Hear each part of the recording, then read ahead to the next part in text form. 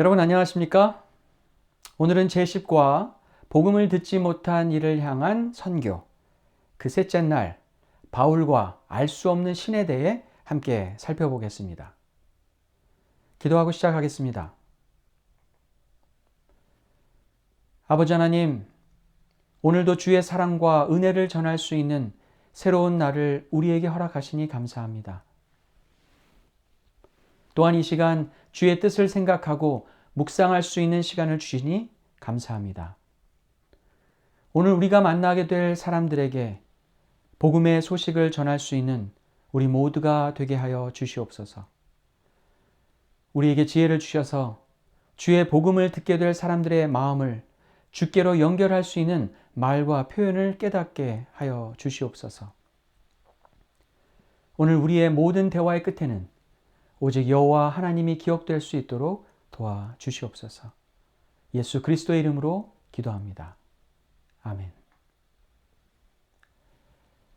그리스도의 복음을 선포하기 위해 바울은 아레오바고 가운데 서서 말하기 시작하였습니다.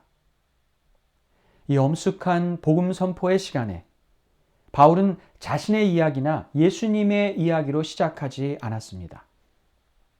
아테네 사람에 대한 그의 생각에 대해 이야기하며 말문을 열었습니다.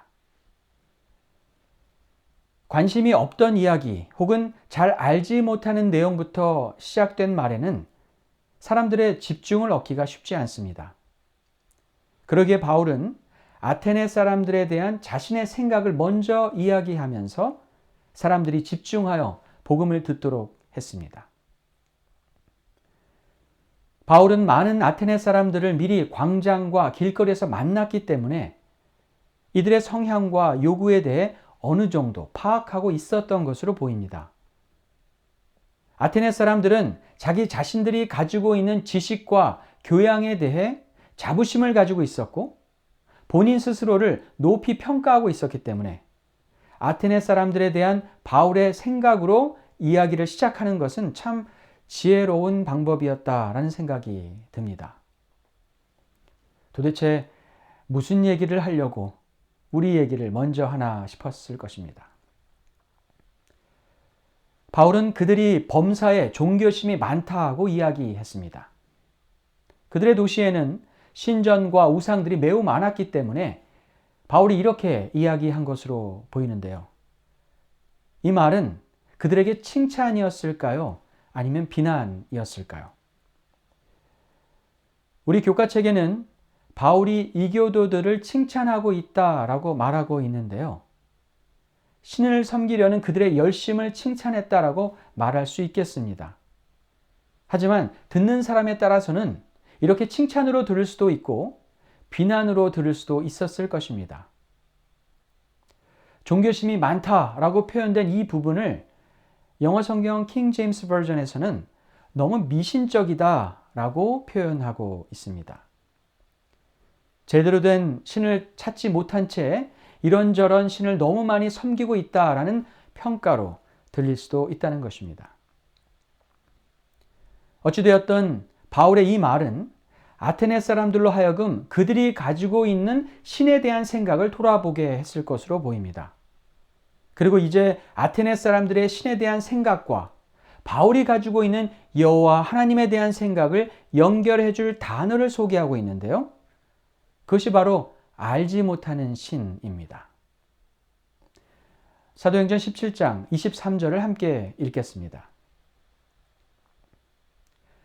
내가 두루 다니며 너희가 위하는 것들을 보다가 알지 못하는 신에게라고 새긴 단도 보았으니 그런즉 너희가 알지 못하고 위하는 그것을 내가 너희에게 알게 하리라. 바울은 아테네에서 그가 보았던 알지 못하는 신에게라고 쓰여진 것을 이야기하면서 아테네 사람들이 아직 알지 못하는 그 신을 바울이 섬기고 있는 하나님과 연결하려고 합니다. 바울은 이 알지 못하는 신이라는 표현을 아테네 사람들의 생각과 바울의 생각을 연결해주는 연결고리로 활용했던 것입니다. 실제로 당시 사람들은 자신들이 아직 알지 못해서 섬기지 못한 신으로부터 저주를 받고 싶지 않았기 때문에 알지 못하는 신까지도 섬기기 위해 비문을 세우고 그 신들을 위한 단을 만들었습니다. 2세기의 지리학자였던 파우사니아스라는 사람은 아테네로 가는 길에 이름은 있고 알지 못하는 신들의 제단이 있었다고 전하고 있습니다. 바울은 이처럼 아테네 사람들의 신에 대한 생각을 알고 있었기 때문에 그들이 가지고 있던 의문에 대한 답을 주는 것처럼 하나님을 소개하려고 했습니다. 그들이 아직 알지 못했지만 마땅히 알아야 하고 섬겨야 할 여호와 하나님을 마치 감추어진 보화를 꺼내 보여주듯이 소개해 주려고 했습니다. 복음을 증거하고 하나님을 소개할 때에는 이렇듯 하나님을 알지 못하는 사람들과 접촉점 혹은 연결고리를 찾는 것이 매우 중요한데요. 그런데 이것은 우리가 복음을 아직 듣지 못한 사람들의 필요와 요구를 알지 못하면 불가능한 일이라고 생각합니다. 바울이 광장과 길거리에서 아테네 사람들의 이야기를 들으며 그들의 영적인 빈 곳을 발견했기 때문에 이런 복음 증거의 방법이 나올 수 있었습니다. 그리고 도시 전체를 우상들로 채우고 있는 아테네 사람들에게 처음엔 분노와 동정심을 함께 가지고 있었지만 차츰 그들과 이야기하며 그들을 존중하고 이해하려는 마음이 있었기 때문에 이런 복음 선포의 방법이 나올 수 있었다고 봅니다. 우리가 누군가에게 복음을 이야기한다는 것은 우리의 논리와 생각이 맞다는 것을 주장하며 듣는 사람의 생각이 틀렸다는 것을 증명하는 시간이 아닙니다. 우리들의 대화의 끝에는 결국 우리를 사랑하시는 하나님을 소개해야 하는 것입니다. 내가 틀렸어. 그 말은 맞지 않아. 그렇게 살면 그 끝은 심판이야. 라고 하며 복음을 강요할 수 없습니다.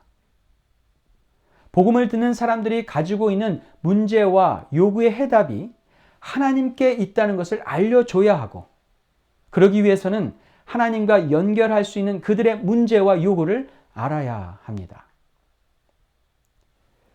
오늘 하루 우리가 만나는 사람들의 어려움에 귀 기울여 보시고 하나님의 은혜와 연결할 수 있는 그들의 문제를 발견해서 그 문제에 해답 되시는 주님을 멋지게 소개해 보면 어떨까 생각해 봅니다. 존중과 이해, 열린 마음으로 우리와 함께하는 사람들을 볼 수 있고 하나님이 없는 그들의 삶과 하나님을 믿는 우리의 삶을 연결할 수 있는 연결고리를 찾을 수 있기를 바랍니다.